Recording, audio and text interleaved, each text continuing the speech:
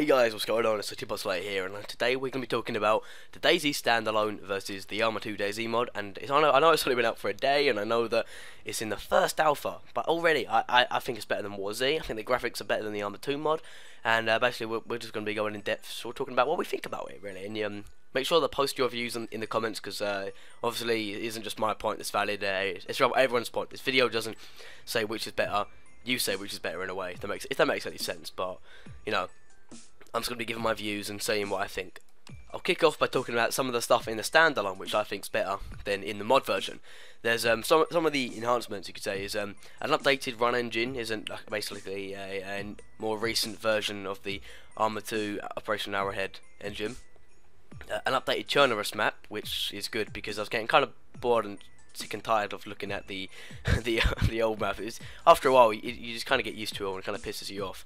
There's a new weather system, which I guess is good, you know, but I think there should be a way to, you know, turn some of that stuff off, because you know when you're playing and it starts to rain and you're in Cherno and you start to lag, and it's just not a nice experience, really, is it?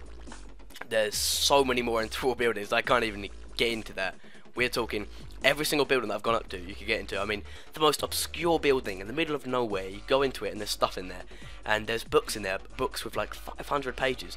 No one's going to read them, no one's going to fucking get past the first page, but it's the point of actually putting it in there to make it more believable with this, that this is a real place to live, if it makes any sense. Probably one of the best features though, the zombies. The zombies are more realistic zombies. They don't zigzag anymore. They've got so many different skins. They don't randomly. One bad thing though, they're more docile. They're more docile, which kind of means that you know, say if you're in a gunfight and you can't really tell where the guy is, and then like zombies start running towards a certain building, and you think, oh, okay, he's in that building then, and then you sort of map around and you go in there and kill him or her. I don't know, not racist or sexist, but yeah, that's what I'm trying to say here. Because zombies, as far as I've seen, they don't really do that anymore. They're more docile. It is where it's just in the alpha, and there is some stuff that you've just got to kind of take on the shoulder and think, okay, it's going to be coming in an update soon, but all in all, it'll be worth it. Same as vehicles. Right now there are no vehicles in the game, but soon there will be in one of the updates. It's one of these things you've got to look past. Oh no, obviously you can customize your character, which I thought was pretty good. And the new loot system, it is a little difficult to wrap your head around at first. I did upload a video trying to sort of go in and talking about it, but you spawn in with a t-shirt, and what's good about that, you can once you take the t-shirt off, you can tear it into rags, and you can use the rags as bandages, which I think is a really good feature. And also you can use like your pockets for your jeans. Yeah, I think that can hold more or less slots depending on how many. Yeah, depending on how many pockets the thing's got. Like I think like the winter trousers have 6 slots, but the trousers you spawn in with have 4. The backpacks, they're better now, I think, anyway, because they're easier to get through, because it's also like backpack, and under it might have about 20 slots, and it will just show everything. Hopefully there will be some. I'll put some footage of the gear system up right now so you can see what I'm talking about. But if not, then use your imagination. Maybe I'll put some screenshots up, hopefully. In the standalone compared to the mod, there were many more melee weapons in there. I mean, I found a fire extinguisher, which I thought was kind of weird, but then I thought you'd be able to spray on zombies, but you can't. You've got to batter them over the head with it, which is pretty fun. Yeah, I gotta admit, it's pretty fun. You find shovels in warehouses, industrial buildings. You can still find like crowbars and hatchets and stuff like that, like there was in the mod version. And don't quote me on this, but I'm fairly sure that they do more damage compared to how much they compared to what weapon they are. Like if you got hit over the head with a shovel, you know, you'd be like, oh, for fuck's sake, or you'd pass out maybe in real life. But in real life, if you got hit over the head with a hatchet, chances are you die, you know, because it would go into your brain and you'd be dead. And from what I've seen, weapons are much harder to come by. I haven't even found a weapon yet, and I've played for about 4 hours, and I haven't even found a weapon yet. But you know, I'm hopeful. I've just been using loads of melee weapons and players. Let's talk about the players on the mod compared to the game. I'm not sure why this is. Maybe it's just because everyone wants to make it a nicer place, but players are so much more friendly in this game than they are compared to the mod version. In the mod version, if I was running about and I was about 1,000 meters away and someone had a machine gun, they would try and shoot me. I mean, it's never going to happen unless they're a really good shot or they get really lucky, but they'd still shoot at me, and it's just the point of like, why would you even try? on the standalone version, I've seen let's count them, about 7 players. 2 of them are unfriendly, and 5 of them were friendly. And when I'm talking about 5 were friendly, I mean they had me at gunpoint. I mean by gunpoint, I was prone on the floor looting a body, and they came over to me with like a rifle, and just saw me standing there, and I just went on direct communication and said, "Can you not kill me, please?" And he was like, "No, we're not going to kill you," and just walked off. See. And but there were some people on the mod version, on the standalone version. Sorry, like I had all I had was a torch. Sorry, and he had a hatchet, and he starts chasing me, and I'm black. I was black, so he wasn't really going to catch up with me. But I said I was on direct, saying I've got no gear, and I'm running in the opposite direction to you. There's absolutely no point for you to chase me. There's no point. But he was determined to try and kill me, and he didn't. So that was fun. A lot of the bugs that were in the mod version are still in the standalone version, like the ladder bug in the that saved me sometimes the fire station. But honestly, I think that's a good bug. It's a good bug.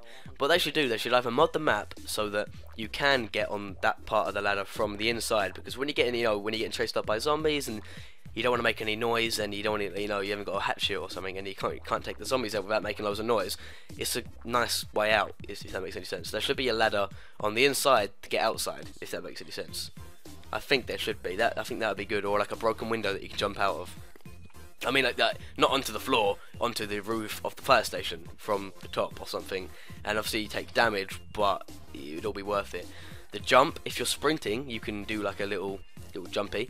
It's pretty good because it does take a little bit of a response time, but it's better in combat if you need to jump over like a fence rather than vaulting. Although if you're walking forward, like you're jogging, or if you're holding down W, then you do the worst. You do the absolute worst vault you've ever seen in your life. It is worse than the old one. But just talk about graphics. Graphics don't even compare. They do not compare. The graphics in the standalone are so much better to the DayZ to the mod version. It is unreal.